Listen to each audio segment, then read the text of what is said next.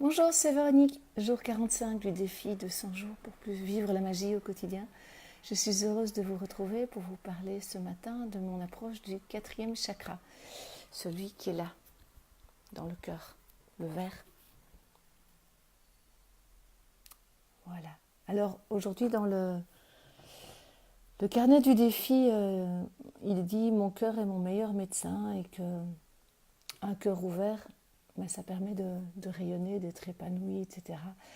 Oui, c'est vrai. Et en même temps, à une époque de ma vie, je l'ai vraiment refermé parce qu'à force d'ouvrir, je me suis pris des coups.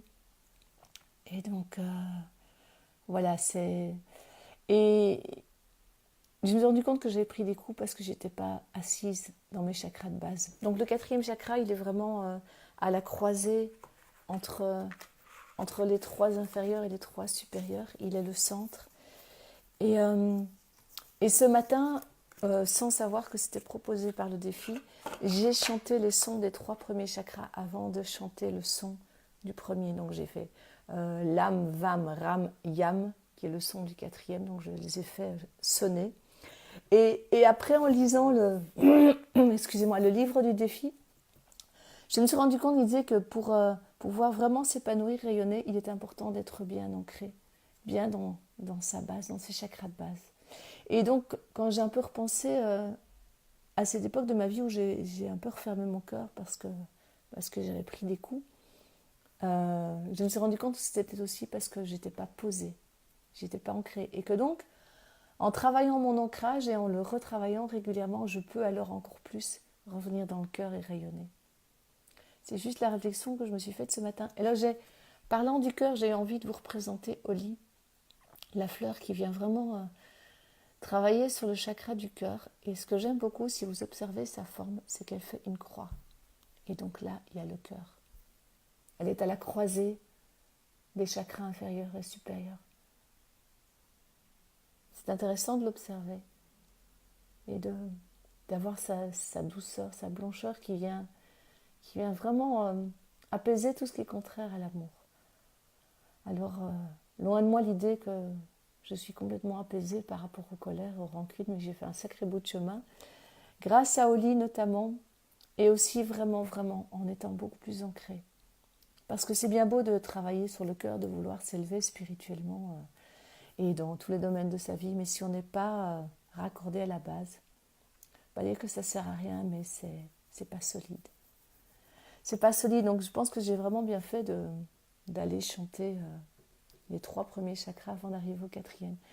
Donc voilà, moi c'est ma proposition du jour, c'est pour vous, pour moi, c'est en tout cas de revenir dans le cœur et oui, vraiment être dans revenir au cœur, mais en partant des pieds, en partant de la base. Donc pas me dire, ouais, je vais ouvrir mon cœur, je vais sourire à tout le monde, je vais sourire à la vie.